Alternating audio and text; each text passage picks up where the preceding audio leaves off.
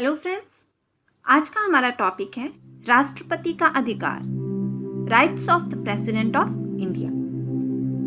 भारत में हमारे राष्ट्रपति का क्या क्या अधिकार है, कौन सा अधिकार है, आज हम इसमें वो देखेंगे।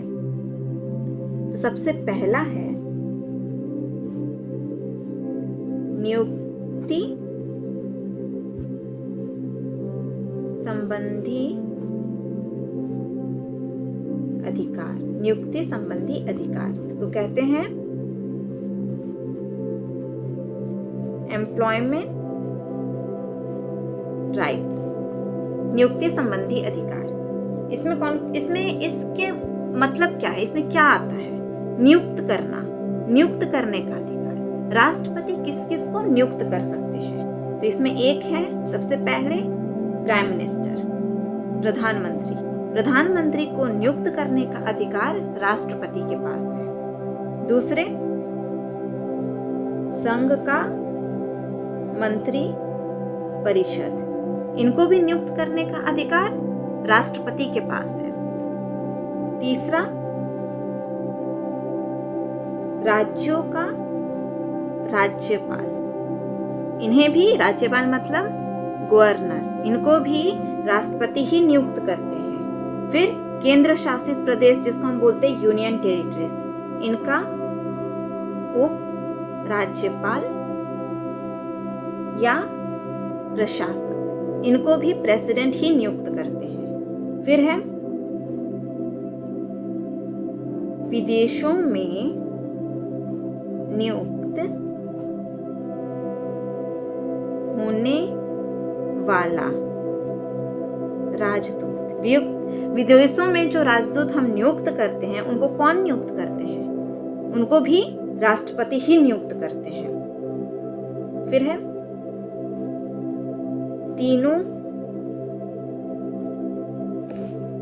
तीनों सेना का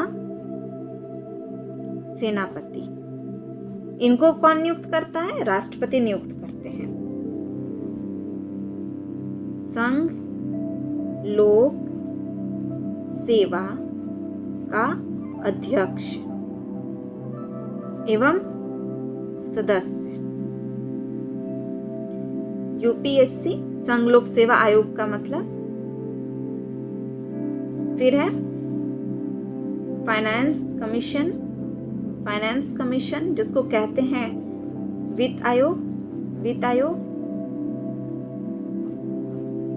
इनका अध्यक्ष, फाइनेंस कमीशन का अध्यक्ष एवं सदस्य, ठीक है, इनको नियुक्त करते हैं। नेक्स्ट है सुप्रीम कोर्ट, सर्वोच्च न्यायालय, और हाई कोर्ट, उच्च न्यायालय, इनके सभी न्यायाधीश मतलब इन सभी के जज, इनके सुप्रीम कोर्ट और हाई कोर्ट के सारे जज, इनको नियुक्त करते हैं। कंट्रोल एंड ऑडिटर जनरल, इनको नियुक्त करते हैं।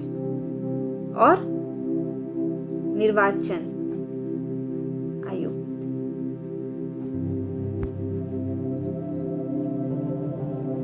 फिर महान्यायवादी, इन सब को राष्ट्रपति के द्वारा ही नियुक्त किया जाता है। ये था राष्ट्रपति का पहला अधिकार कि इन सबको वो नियुक्त कर सकते हैं। दूसरा अधिकार कौन सा है? संसद सदस्य के मनोनयन का अधिकार, मतलब right to nominate member of parliament. Lok Sabha में एंग्लो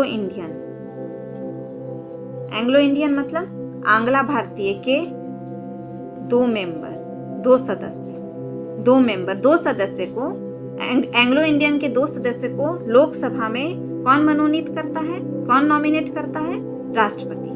इसी तरह से राज्यसभा में 12 मेंबर, 12 मेंबर, यहाँ पे 2 मेंबर, यहाँ पे 12 मेंबर। राज्यसभा में 12 मेंबर। ये 12 मेंबर कौन कौन हो सकते हैं? कला, साहित्य, पत्रकारिता, विज्ञान एक्सेट्रा। इन सब के जो अनुभवी लोग रहते हैं, एक्सपीरियंस्ड लोग रहते हैं, उनमें से 12 लोग को राज्यसभा में ये राष्ट्रपति मनोनीत करते हैं, नॉमिनेट करते हैं। इनके 12 मेंबर को नॉमिनेट करते हैं राज्यसभा में, और एंग्लो इंडियन के 2 मेंबर को लोकसभा में नॉमिनेट करते हैं ये प्रेसिडेंट। तीसरा है अध्यादेश जारी करने का अधिकार, अध्यादेश जारी करने का अधिकार, राइट टू इशू ऑर्डिनेंस। इसमें क्या होता है? सबसे पहले तो हम ये समझेंगे कि ऑर्डिनेंस का मतलब क्या होता है। तो कोई भी कार्य हुआ या व्यवस्था हुआ, कुछ भी एक्सेट्रा, इसमें कई चीजें आ जाती है। कोई भी कार्य या व्यवस्था के संबंध में, इसके संबंध में राज्य क्या करेगी? राज्य एक आधिकारिक आदेश निकालेगी। राज्य को लगेगा कि ये कार्य में ये चेंजेस होना चाहिए, व्यवस्था में ये होना चाहिए, उसके लिए वो आदेश निकालेगा, आधिकारिक आदेश निकालता है। इसी को बोलते हैं ऑर्डिनेंस। किसी कार्य या व्यवस्था के संबंध में राज्य द्वारा दिया या निकाला हुआ कोई भी आधिकारिक आदेश, इसको बोलते हैं ऑर्डिनेंस। तो ये अधिकार भी, ये जो है, ये भी प्रेसिडेंट के अंदर आता है। चौथा है सैनिक अधिकार, सैनिक अधिकार। 3 सेना होता है। ये तीनों सेनापति के प्रधान सेनापति होता है। तीनों सेनापति का एक प्रधान सेनापति होता है। ये कौन होता है? राष्ट्रपति। तीनों सेना के प्रधान सेनापति राष्ट्रपति होते हैं। और प्रधान सेनापति के रूप में ये जो राष्ट्रपति है, ये किसी भी वक्त युद्ध या संधि की घोषणा कर सकते हैं। ठीक है, किसी भी देश के साथ राष्ट्रपति युद्ध या संधि की घोषणा कर सकते हैं, क्योंकि तीनों से सेना के ये प्रधान सेनापति है। 5वां है राजनीतिक शक्ति, पॉलिटिकल पावर। पॉलिटिकल पावर, इसमें क्या होता है? ये इंडिया है, भारत है, और दूसरे कोई भी देश हैं, इनके साथ समझौता करना है या संधि करना है? क्या करना है? इनके साथ समझौता या संधि, जो भी करना है, समझौता या संधि जो भी करना है, ये कौन करता है? ये राष्ट्रपति के नाम से की जाती है। हमारे देश के दूसरे देशों के साथ जो भी समझौता या संधि होती है, वो राष्ट्रपति के नाम से ही होता है। और विदेश के लिए जो राजदूत चुने जाते हैं ना, भारतीय राजदूत जो चुने जाते हैं, ये भी राष्ट्रपति ही नियुक्त करता है विदेशों के लिए। 6ठा है कुलाधिपति, इसे बोलते हैं चांसलर के रूप में, कुलाधिपति के रूप में। जितने सेंट्रल या कह सकते हैं केंद्रीय विश्वविद्यालय हैं, जितने केंद्रीय विश्वविद्यालय हैं, इन सब का प्रधान कुलपति, इन सब का जो प्रधान कुलपति होता है ना, वो राष्ट्रपति होते हैं। सारे जितने केंद्रीय सेंट्रल विश्वविद्यालय हैं, उनके प्रधान कुलपति राष्ट्रपति होते हैं। और केंद्रीय विश्वविद्यालय का जो शिक्षा है, इनके शिक्षा पर भी राष्ट्रपति का ही नियंत्रण होता है। किसका नियंत्रण होता है? राष्ट्रपति का नियंत्रण होता है। सभी केंद्रीय विश्वविद्यालय का प्रधान कुलपति राष्ट्रपति होता है और जितने केंद्रीय विश्वविद्यालय हैं उनकी शिक्षा पर राष्ट्रपति का ही नियंत्रण रहता है। लेकिन इसमें कुछ एक्सेप्शनल है, कुछ पॉइंट्स हैं, इसको हम ध्यान में रखेंगे। जो दिल्ली विश्वविद्यालय है ना, दिल्ली का विश्वविद्यालय, ये नोट से एक्सेप्शनल है, इनको ध्यान में रखेंगे। जो दिल्ली का विश्वविद्यालय है, इनका चांसलर मतलब कुलाधिपति, इनके सारे जितने सेंट्रल विश्वविद्यालय हैं सबके कुलाधिपति राष्ट्रपति होते हैं। ठीक है, ये राष्ट्रपति होते हैं सबके कुलाधिपति। लेकिन जो दिल्ली विश्वविद्यालय के हैं ना, उनके राष्ट्रपति नहीं है, उनके हैं उपराष्ट्रपति। ये पहला। और एक दूसरा ऐसे ही है, कोलकाता का विश्व भारती विश्वविद्यालय, कोलकाता का जो भारती विश्वविद्यालय, इनके चांसलर कौन है? इनके कुलाधिपति कौन है? इनके कुलाधिपति हैं पीएम, प्राइम मिनिस्टर, प्रधानमंत्री। इनके कुलाधिपति प्रधानमंत्री हैं। दिल्ली विश्वविद्यालय के कुलाधिपति उपराष्ट्रपति हैं। लेकिन रूल के हिसाब से जितने सेंट्रल विश्वविद्यालय हैं उनका कुलाधिपति, प्रधान कुलाधिपति राष्ट्रपति ही होते हैं। ये इन दोनों एक्सेप्शनल्स है। प्रधानमंत्री का ये राष्ट्रपति का 7वां अधिकार है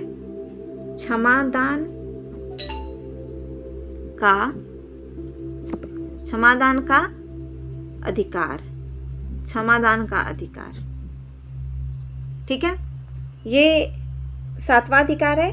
इसमें क्या होता है, अगर किसी को मृत्युदंड देने की घोषणा कर दी गई है, किसी व्यक्ति को अगर मृत्युदंड देने की घोषणा कर दी गई है ना, या कोई अन्य प्रकार की सजा देने की घोषणा कर दी गई है, तो इनको क्षमा करने का अधिकार सिर्फ राष्ट्रपति के पास है। वो चाहे तो इनको क्षमा भी कर सकते हैं और वो चाहे तो इनकी सजा कम कर सकते हैं,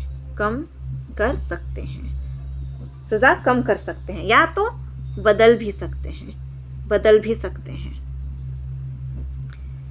बदल के कुछ भी कर सकते हैं। ये कह सकते हैं हाँ भाई इसको मृत्युदंड नहीं मिलेगा, इसको 6 साल का कारावास कर दिया जाए, 5 साल का जेल कर दिया जाए, कुछ भी कर दिया जाए, कोई भी डिसीजन चेंज कर सकते हैं। तो ये जो डिसीजन चेंज करने का अधिकार है, क्षमादान का अधिकार है, क्षमा भी कर सकते हैं, ये राष्ट्रपति के पास है। 8वां है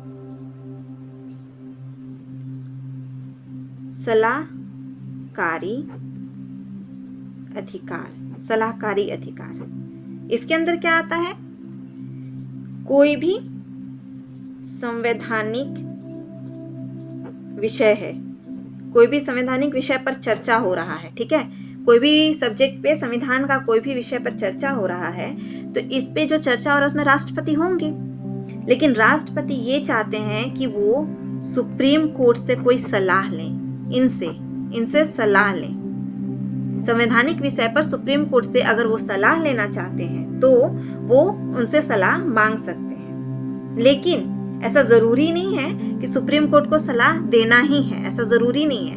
प्रेसिडेंट अगर चाहें, ये राष्ट्रपति अगर चाहें तो कोई भी संवैधानिक विषय पर सुप्रीम कोर्ट से सलाह मांग सकते हैं, लेकिन सुप्रीम कोर्ट उनको सलाह दे ऐसा जरूरी नहीं है। और दूसरी चीज, मान लीजिए ये सलाह देते हैं, ये सलाह दिए, तो इनका जो सलाह है ये प्रेसिडेंट, राष्ट्रपति माने ऐसा जरूरी नहीं है कि मानना ही है ना, ऐसा कोई जरूरी नहीं है।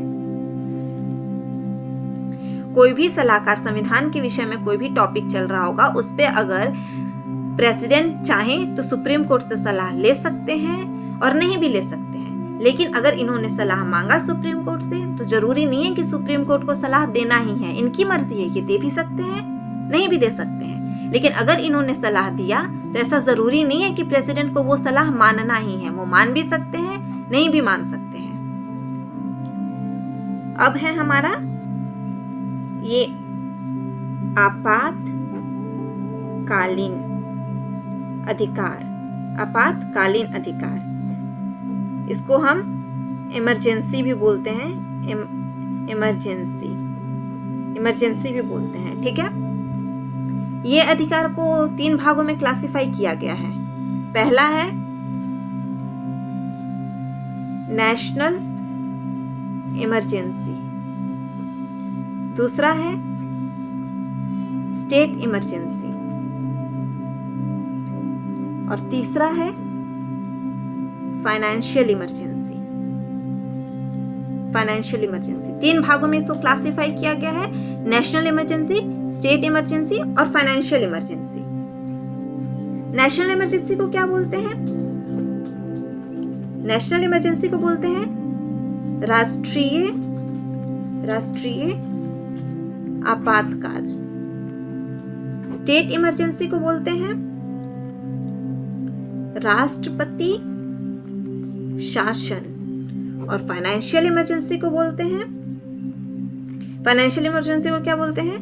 आर्थिक आपातकाल। ठीक है, तो इन तीनों के बारे में हम डिटेल से पढ़ेंगे अगले लेक्चर में, क्योंकि ये एक बड़ा, अपने आप में एक बड़ा टॉपिक है आपातकालीन अधिकार। ये तीनों अधिकार कब और कैसे लगता है, इसको हम डिटेल में देखेंगे। लेकिन तब तक हम सिर्फ ये जान लेते हैं कि जब कोई इमरजेंसी होता है तो उस टाइम ये 3 अलग अलग टाइप की इमरजेंसी लगाए जाते हैं। ये तीनों इमरजेंसी देश की सुरक्षा के लिए लगाई जाती है और इस दौरान आम जनता का जो अधिकार है ये भी छीन लिया जा सकता है। ठीक है, तो इस बारे में डिटेल से हम अगले लेक्चर में पढ़ेंगे। ये था राष्ट्रपति का अधिकार। ये टॉपिक हमारा कंप्लीट होता है। धन्यवाद।